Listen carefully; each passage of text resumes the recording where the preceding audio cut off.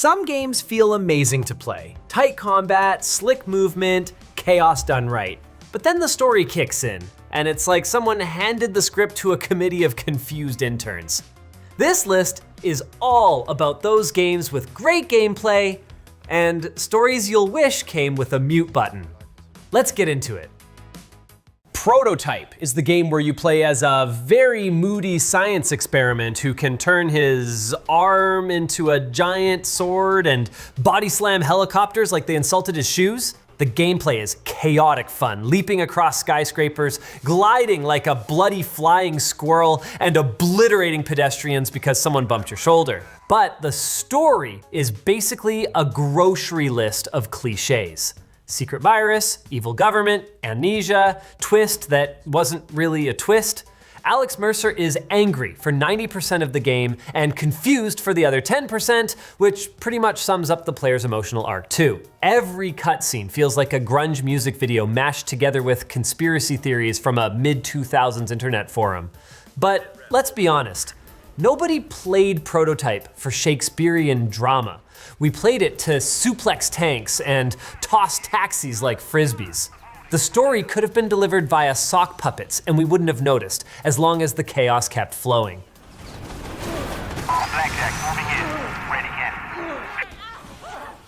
Immortals Fenyx Rising is what happens when someone plays Breath of the Wild and says, "This is great, but what if Zeus was annoying?" The gameplay is genuinely a blast. Climbing cliffs, solving clever puzzles, and slicing through mythological beasts with your shiny god powers. But the story is like watching Greek gods stuck in a YouTube comedy skit that refuses to end. Prometheus and Zeus narrate everything like bored roommates who got cursed with immortality and now won't shut up. Every serious moment is interrupted by a forced joke. Every joke is followed by a forced explanation, and poor Fenyx is just trying to finish a quest without being roasted by the narrator like it's open mic night at Olympus. The game looks beautiful and plays smooth, but the story feels like it was written by someone who thinks sarcasm is a personality. Mute the gods and the game becomes 10 times better instantly.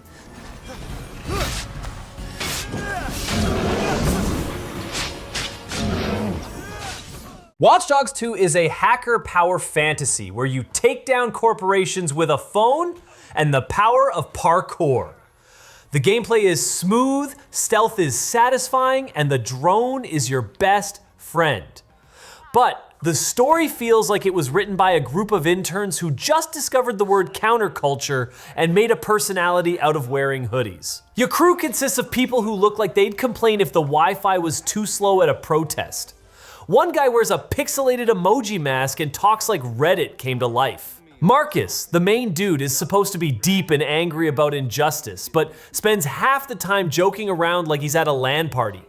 The villains are cartoon level evil, and the writing tries so hard to be cool, it ends up sounding like an adult trying to understand memes. Still, the game's a blast, just don't think too hard about the plot while remote controlling your RC car through someone's basement.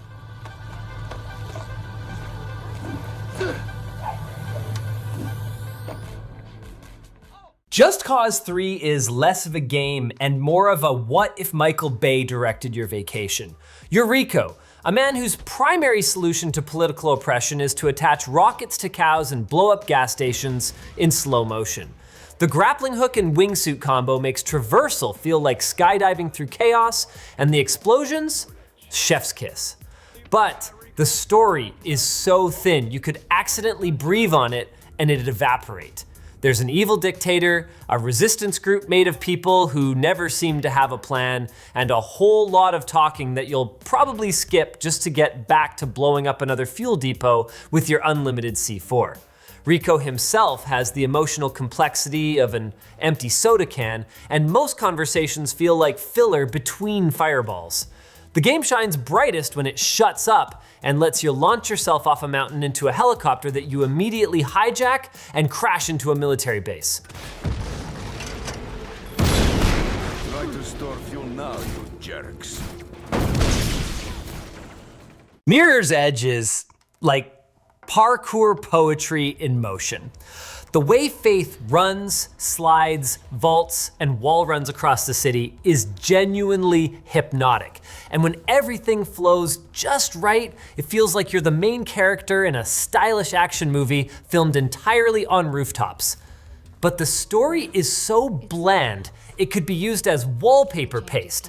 Evil corporations? Check. Rebellious courier framed for a crime? Double check.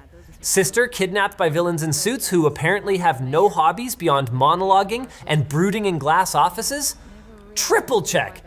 Faith barely speaks, and when she does, she sounds like she just woke up from a nap she didn't want. The dialogue is delivered with the passion of someone reading a microwave manual, and the villains are so forgettable, you'll probably think the building is the final boss. If you skip the cutscenes and treat the story like background noise, you'll have a great time. Otherwise, bring caffeine.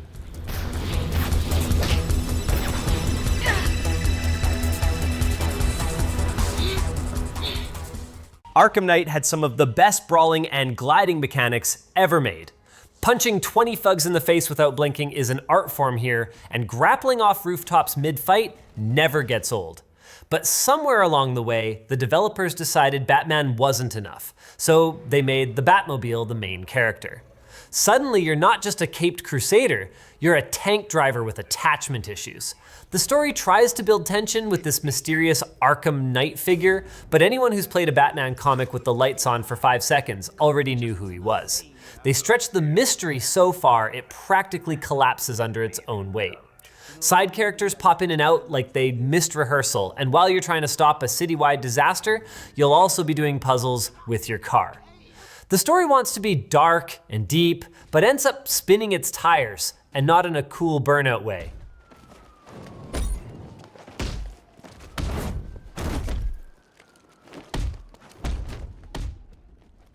Forspoken plays like someone handed a Disney Channel character magic parkour powers and told her to improvise an entire fantasy RPG. The gameplay is undeniably fun, zipping around, chaining spells, and flipping midair like you just unlocked double jump in real life.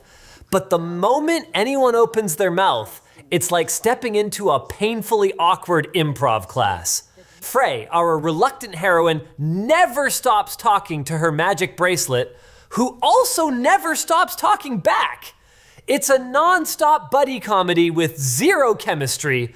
The emotional beats fall flat, the stakes never feel serious, and there's more awkward banter than actual character development. The villains are theatrical but barely explained, like they're angry just because it's Monday. You'll start skipping dialogue just to avoid another half-hearted, snarky comment. It's a shame, because beneath all that verbal chaos is a genuinely well-designed action game that deserves a stronger script, and a main character who doesn't sound like she's streaming it live.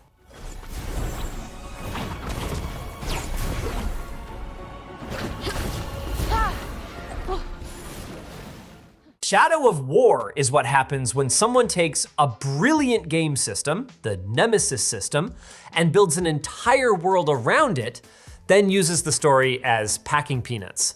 Hunting down orc captains, getting ambushed by your sworn enemy who now wears a flaming helmet and speaks fluent sass? Incredible.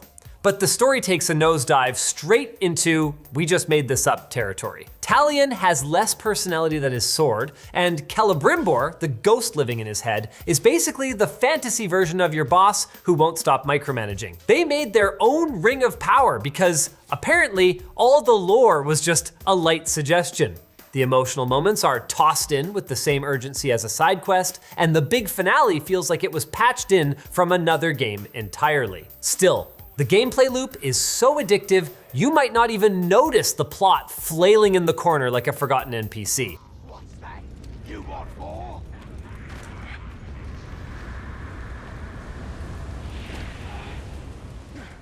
Mad Max is one of those rare games where driving through nothingness is the best part. The wasteland is empty in the most beautiful way, and upgrading your murder car feels oddly emotional. You'll chase down convoys, smash through enemy camps, and throw a harpoon at a sniper's face, all before lunch. But the story is so stripped down, it feels like someone tried to explain the movie from memory after a head injury. Max grunts a lot, stares at the sand, and occasionally says something cryptic that doesn't go anywhere. The bad guys look threatening, but vanish from the story faster than they appear. One minute you're chasing revenge, the next you're talking to a man who looks like he lives in an oil drum and calls you Saint. The plot exists purely to move you from one explosion to the next. If you came for rich narrative, you're in the wrong desert. But if you came to drive fast and throw thundersticks, welcome home.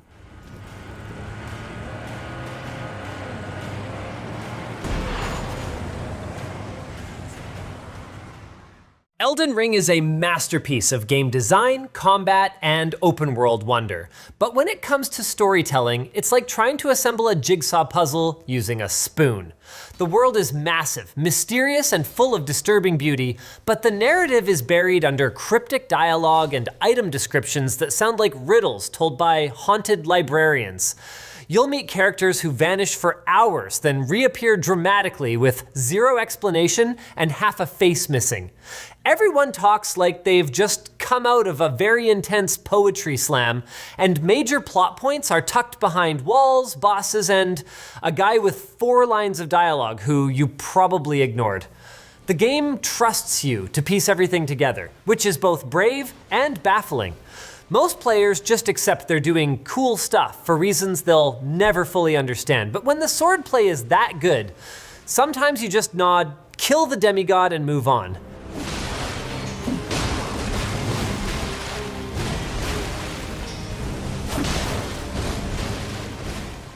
Assassin's Creed Rogue is what you get when Ubisoft takes the brilliant naval gameplay of Black Flag and decides to slap a half-cooked plot onto it because deadlines exist. Sailing icy waters, boarding ships, and blowing up forts? Still satisfying. Shay, the new main guy, is a Templar this time around, which could have been fresh and compelling, except it's handled with the emotional weight of a shrug. His betrayal of the Brotherhood is supposed to be this huge turning point, but it's done with all the urgency of a guy who switched mobile providers. The modern day segments are duller than a butter knife, and the characters you meet barely register before they vanish from the story like you left them on hold. Rogue feels like a really fun expansion that got stretched into a full game by throwing a few snow textures on top. You'll enjoy the mechanics, just don't expect to remember anyone's name by the end. Halt!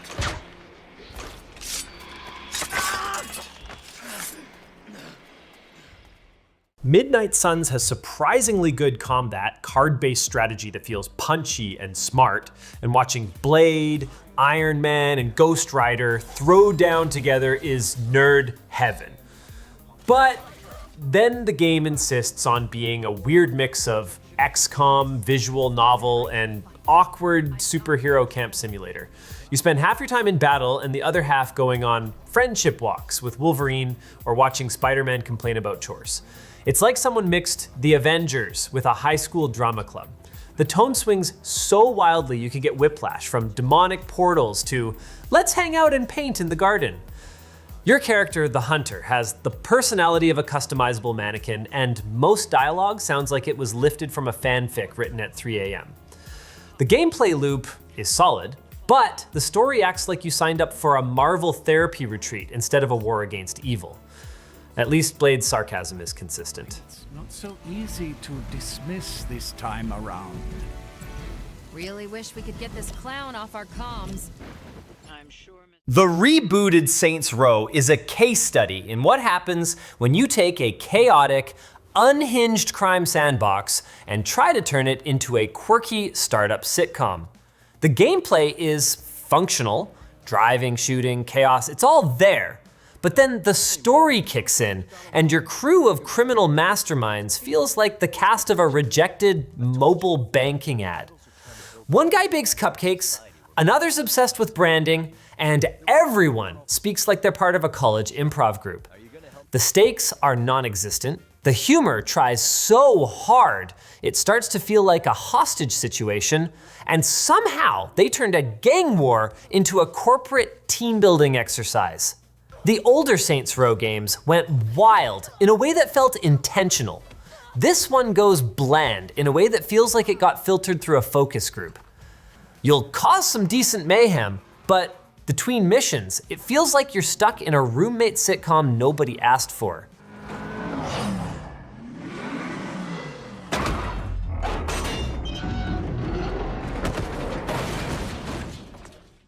The gameplay in Phantom Pain is the kind of tactical sandbox brilliance most games can only dream of. You can tranquilize goats, sneak into bases using a cardboard box, and call in a helicopter like it's Uber for soldiers.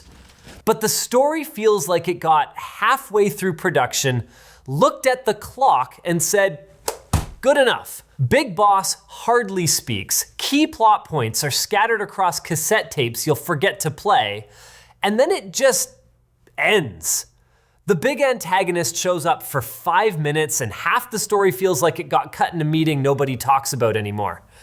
There's clearly something ambitious here. Layers of lore, identity, revenge, parasites, and probably a metaphor for post-colonial geopolitics, but it's buried under side ops and horse rides. It's the most polished, unfinished game ever made. Kojima aimed for cinematic genius and accidentally delivered a beautiful spreadsheet with a rocket launcher attached.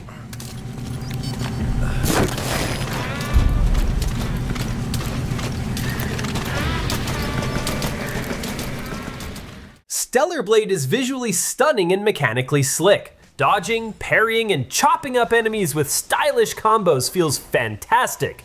But then the characters start talking, and suddenly you're not in an epic sci-fi drama. You're trapped in a slow-moving anime where everyone speaks like they're reading from a translated toaster manual. Eve, the main character, looks like she should be commanding a starship, but she reacts to major events like she just misplaced her car keys. The story tries to juggle ancient prophecy, post-apocalyptic guilt, AI ethics, and religious undertones, but it ends up sounding like a philosophy lecture where half the class is asleep. Side characters drift in and out without purpose, plot twists land with the grace of a dropped sandwich, and emotional moments feel copied from better games. It wants to be profound, but forgets that you need to care about someone first. At least the boss fights respect your time.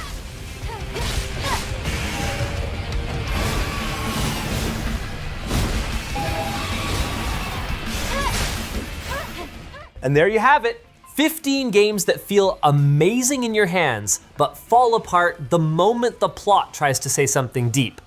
If you've ever skipped a cutscene just to get back to blowing stuff up or dodging boss attacks, you're not alone. Hit that like button if gameplay comes first, drop your own great game, bad story picks in the comments, and subscribe for more honest takes. See you in the next one.